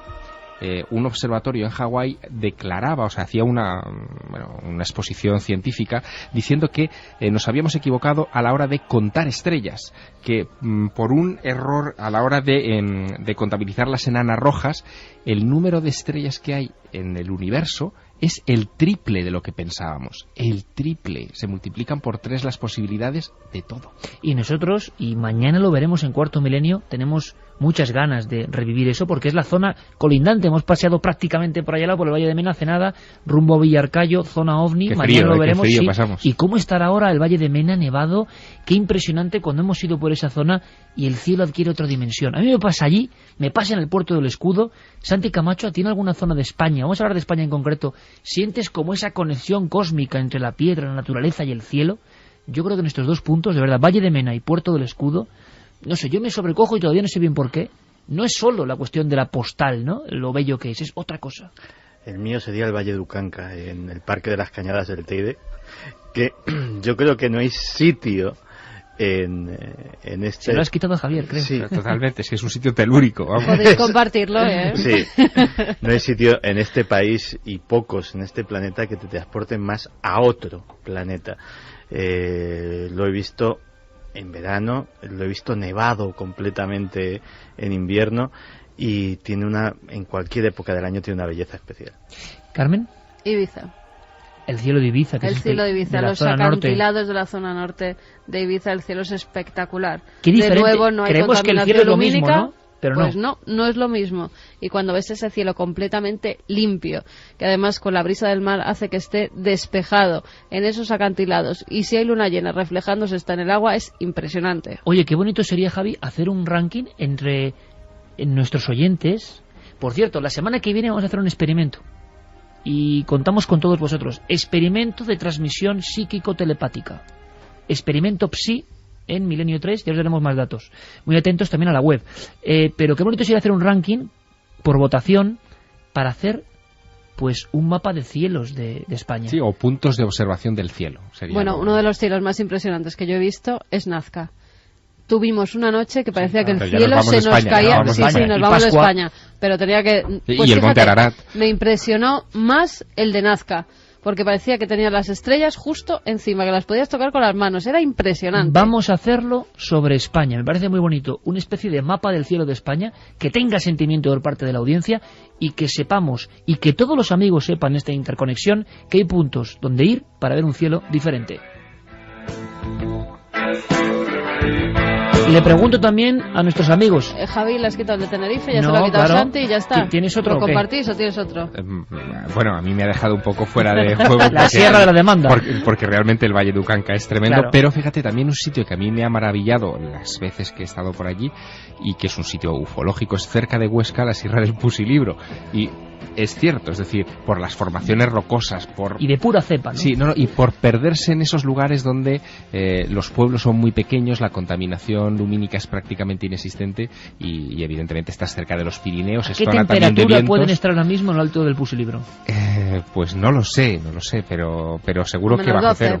Bueno, bajo cero. Si había de temperaturas hoy... menos 17. Y 20 bajo cero en Guadalajara. Se aprecia Rusia esto. Que es otro buen lugar con cielo. Sigüenza. También. Qué bonito el ranking de los cielos que preferís. Vamos a hacerlo. ¿Por qué no? Mira, ya nos dicen Vamos a hacerlo. El de Menorca. Para Oye, Tere Mercadé. Empezamos hoy si queréis, pero precioso que los amigos nos hablen de sus cielos y que otros podamos acudir para saber que en ese punto hay un cielo maravilloso. Qué poco miramos el cielo y es el momento cuando hemos sabido, ahora, como ha dicho Javier Sierra, que hay 3 veces más de infinito de lo que pensábamos. Hablando de infinito y de estrellas, extrañísima de alguna forma la campaña publicitaria o de expectación de la NASA, ¿verdad? Esta semana en que ha pasado de todo, hasta el increíble EGM de Milenio 3, pues eso, hasta de todo, se anunciaba... No podía ser otra semana cuando claro, nos dieran los datos del EGM. Un hallazgo sorprendente que todo el mundo pensaba que era extraterrestres, vida extraterrestre, y al final no ha sido exactamente así, Santi y Javi, sino que ha sido un poco vida distinta, o la vida no es lo que era, o hay más vidas. Es que esto en realidad es una noticia que se ha empezado a alarvar este pasado verano, porque en junio se especulaba muchísimo con la posibilidad de que hubiera vida en Titán, y se habían hecho incluso se habían hecho públicos algunos comunicados diciendo que, por ejemplo, el nivel de hidrógeno que la sonda Cassini había detectado en la luna de Saturno, en Titán, era tan bajo que tenía que haber algo... Que algo estaba respirando. Exacto, que estaba respirando ese hidrógeno como nosotros respiramos aquí el oxígeno. Bueno, aquello creó mucha conmoción, mucha expectación, pero se durmió. Y ahora que personajes vinculados al Instituto de Astrobiología de la NASA, que se encargan precisamente de analizar estos datos, han ido calentando la semana, diciendo que iban a dar una rueda de prensa... Pero puro marketing de película de Hollywood, ¿eh? Sí, diciendo que iba a haber una rueda de prensa en el cuartel general de la NASA, no en cualquier instalación de la NASA, en el cuartel general de la NASA en Washington DC, con precisamente personalidades muy destacadas del Instituto de Astrobiología para dar una información que cambiaría nuestro enfoque de la investigación de la vida extraterrestre. Claro, nos imaginábamos, Santi, yo creo que, en fin, cualquier revelación la importante, guerra de los ¿no? mundos. Algo así. Y al final ha resultado ser una cosa, pues, muy curiosa y muy discutible a la vez, ¿no? Porque lo que ha hecho público la doctora Felisa Wolf-Simon es que al tomar unas muestras del lago Mono en California, que es un lago Mono, un nombre... Sí, que es un lago hipersalino donde no hay vida. Bueno, pues al tomar muestras del lodo, del sedimento que hay en el fondo de ese lago y poner en él bacterias comunes, bastante vulgares, para ver, bueno, pues cuánto tiempo sobrevivían, si es que lo hacían, se dieron cuenta de que esas bacterias mutaban y en vez de consumir fósforo empezaban a consumir el arsénico que estaba en esas muestras de lodo, con lo cual ellos han deducido que hay una forma de vida capaz de vivir con arsénico, que era un elemento venenoso y hasta ahora incompatible con la vida. Pero un mazazo tremendo a todos los que han asegurado que la vida se fundamenta en 6 elementos. Sí. Se cae eso como un castillo porque por lo menos hay otras formas de vida que generan vida o incorporan su ADN con auténtico veneno como el arsénico. Pero fíjate qué debate más interesante, porque lo que replican los que no están muy de acuerdo con este experimento es que, claro, el bichito, es decir, el microbio que se ha puesto ahí, la bacteria que se ha puesto ahí, venía de esa vida normal. Lo que ha hecho esa vida ha sido adaptarse. Eso no quiere decir que haya una vida basada en el arsénico, pero sí que quiere decir algo muy importante, y es que la vida se las apaña para sobrevivir. Y eso es increíble, porque también se decía que no podía haber bacterias, por ejemplo, que atravesasen el espacio profundo a bordo de meteoritos. Hacíamos este programa de la lluvia roja hace unas semanas y veíamos que esto sí que es posible. Es decir, que a lo que nos estamos enfrentando es a un cambio de mentalidad brutal sobre lo que es la vida y lo que es capaz de hacer la vida. Y que algo que hace solamente 15 años, 20, que nosotros... Era imposible. Hemos vivido, cuando hablabas con un científico, se cerraba en banda diciendo que eso no era... No, la vida eran estos 6 elementos. Exactamente, ahora están cambiando. No solo eso, la NASA, notificación de ayer, cambia sus parámetros de la búsqueda de vida extraterrestre por este hallazgo. Es decir, cuidado, que puede haber vida donde pensábamos que era imposible. Increíble noticia de última hora, ha pasado esta semana.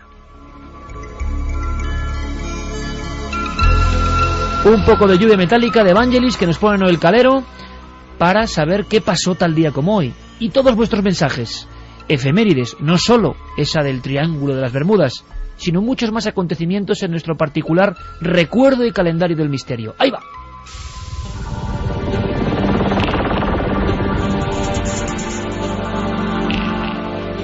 ...5 de diciembre de 1484... Inocencio VIII condena la brujería mediante bula papal... ...un primer paso hacia la realización de las primeras cazas de brujas... ...y la publicación de la obra Maleus Maleficarum... 3 años más tarde. La brujería es un conjunto de creencias muy antiguas. La creencia de que algunas personas obtienen poderes por otros medios para ejercer influencia y control es diferente del paganismo. El paganismo es la creencia en otros dioses, en un dios no cristiano. 5 de diciembre de 1901, nace el productor Walt Disney, fundador de una de las grandes compañías de animación de todos los tiempos. Artífice de películas como Bambi, el padre de Mickey Mouse dejó numerosas incógnitas tras su muerte. ¿Fue criogenizado? ¿Pudo nacer en España? Todo se remonta concretamente al verano del 40, que vienen 2 señores trajeados, dicen ser secretarios de Walt Disney, y entonces pues dicen que su jefe les ha mandado para conseguir las partidas de bautismo, con la intención de casarse. Vienen aquí, hacen el correspondiente escrito, para ver si José Guirao Zamora nació en el año 1901, que es la fecha que ellos creían que nació aquí, y casualmente la fecha actual de ahora resulta que concretamente ese periodo de tiempo ha desaparecido del registro municipal.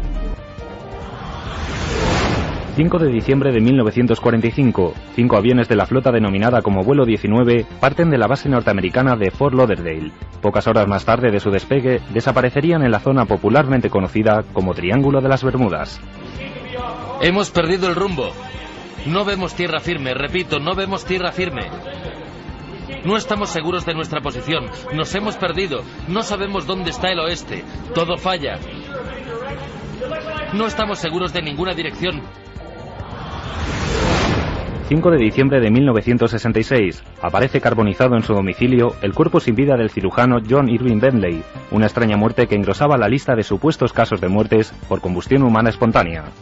Si me preguntas si la ciencia puede explicar la combustión espontánea humana, lo primero que haría sería quitar la palabra espontánea y llamarla combustión humana, y una forma especial de combustión humana donde el cuerpo ha estado ardiendo durante largo tiempo. 5 de diciembre de 2009, la efeméride de Milenio 3. La nave del misterio recuperaba sorprendentes historias recogidas en el libro El tercer hombre, un recopilatorio en el que no podía faltar la hazaña del explorador Ernest Shackleton. De glaciares, escarpaduras, subir a collados, bajarlos, y además de una marcha difícil. Y fue en esa marcha cuando Shackleton y sus hombres sintieron la presencia de otra persona que les animaba y que les llevó, según ellos, prácticamente en volandas hasta la factoría de Stroessner. Y además, cuando hay buenos amigos como Luis Rodríguez Bauzá y gente que se dedica a investigar y a sacar los misterios de ciudades como Toledo, ahí hay que estar apoyándolo. Será el jueves que viene. Jueves que viene, entrada libre, por supuesto. Todo el que quiera pasar una buena tarde de misterios, de amistad allí con nosotros, pues nada, que se acerque y estaremos encantados de compartir unos minutos con él. Y nos pilló la nevada el jueves pasado. Quiero dar mi agradecimiento, no sabéis qué acto.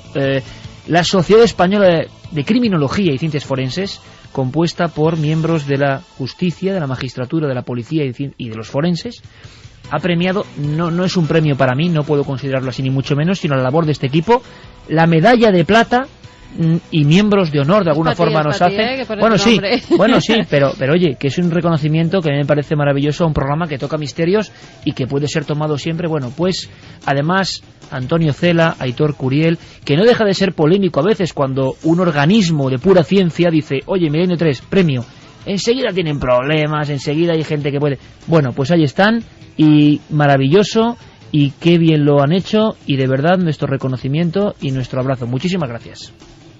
Seguimos con mensajes. Mari Carmen desde Lepe nos decía: yo regresaba de Cartagena de Indias, 1998, unas luces muy bellas iluminaron el avión. No sé qué pasó, pero al llegar a Barajas todos pensaron que el vuelo no había salido de Colombia, pues eran 3 días antes. No sé muy bien lo que nos quiere decir con eso. Una experiencia como extrañísima. Sí. Se puede ver en Tenerife sobre el mar de nubes. Yo no lo he conseguido, pero he visto alguna foto. Se refiere al espectro del Brocken. Me alegra mucho escucharos. Saludadme, que estoy enfermito y sois mis amigos de las madrugadas. Me llamo Álvaro. Pues Álvaro, para ti y para todos los que lo estén pasando mal, estén malitos, un besote muy grande de todo el equipo.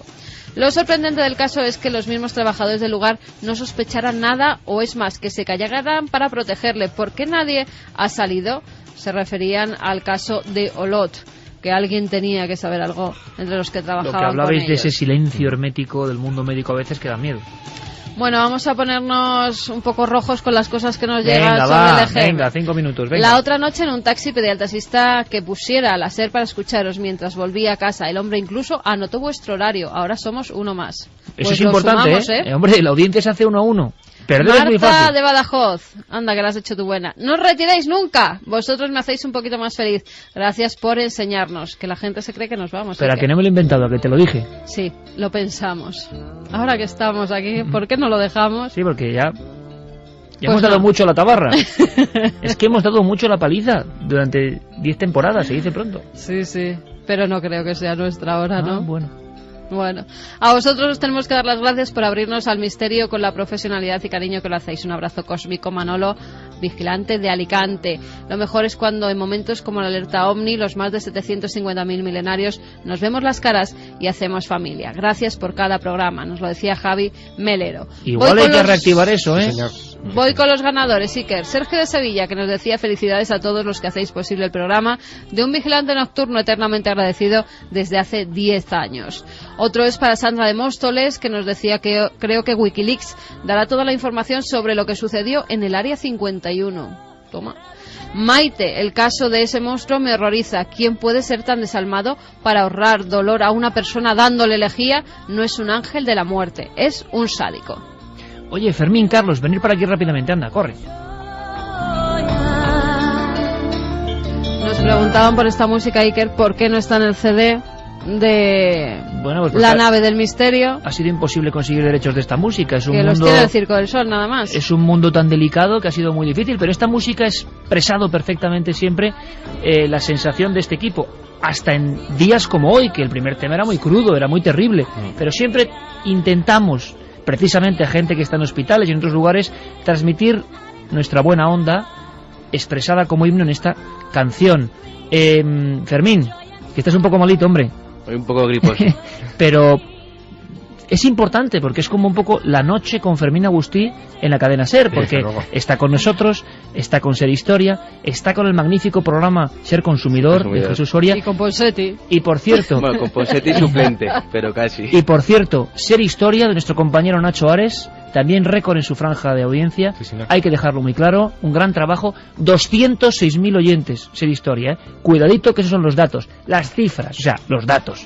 Pues Nacho, nuestro abrazo, y Fermín, muchísimas gracias. Carlos, compañero, muy buenas, Iker. Estáis muy contentos, os veo buena cara, y es que no sabemos qué será de nosotros en el futuro, qué ocurrirá, porque eso no lo sabe nadie, pero que nos quiten lo bailado, la gente está ahí, y nosotros solo queremos demostrar o devolver parte de ese afecto, y vosotros sois personas claves en este equipo, como todos los que estamos aquí, así que muy contentos, me imagino, ¿no?, con estos datos. La verdad es que todavía muy sorprendidos, yo me imagino que como todos, pero hay que agradecer a todos los oyentes, que muchísimas gracias por seguir ahí. Bueno, pues estamos todos efectivamente bastante emocionados. Santi, gracias por estar aquí en la nave, ahora vamos a celebrarlo, y simbólicamente, Santi, Javier, un pedacito de la tarta que hemos traído, bueno, a compartir con los oyentes, ¿no? Desde luego, y además a compartir una semilla. Yo no sé si os habéis dado cuenta, pero con esto de los lugares desde donde podemos ver el cielo, cielo nocturno, y esa idea que nos ha formulado un oyente de, oye, una alerta ovni, que eso junta familia, igual podríamos hacer algo. Bueno, si la cadena SER nos apoya ahí, haremos algo una vez grande. Establecidos los lugares desde donde podemos ver un gran cielo, diseñado por los oyentes, pues crear algo para verlo. Cuidado, que esto cobra forma, o sea, que los oyentes nos hagan un mapa de cielos importantes. Exacto. Y que podamos hacer con los oyentes en diferentes lugares una diferente alerta ovni, no solo para ver ovnis, sino para reconciliarnos con la magia de estos lugares. Oye, qué bonita idea, que es un honor trabajar con todos vosotros. Noel Calero, compañero, un honor, gracias. Coque Peinado, un honor, gracias. Lo mismo digo, Santiago Camacho, compañero, 10 temporadas, muchas gracias. Y las que nos quedan, vamos a quedarnos por lo menos hasta 2012, no sea que pase algo y nos lo perdamos. Vamos a ver, Javier, incorporación de lujo, con efectos fulminantes. Él en sí mismo es un secreto, es un Wikileaks, es un misterio. Es Javier Sierra, gracias, compañero. Por favor, es un placer estar aquí. Carmen, pues nada, que Veterano. Mañana en la tele y seguiremos aquí, digo yo.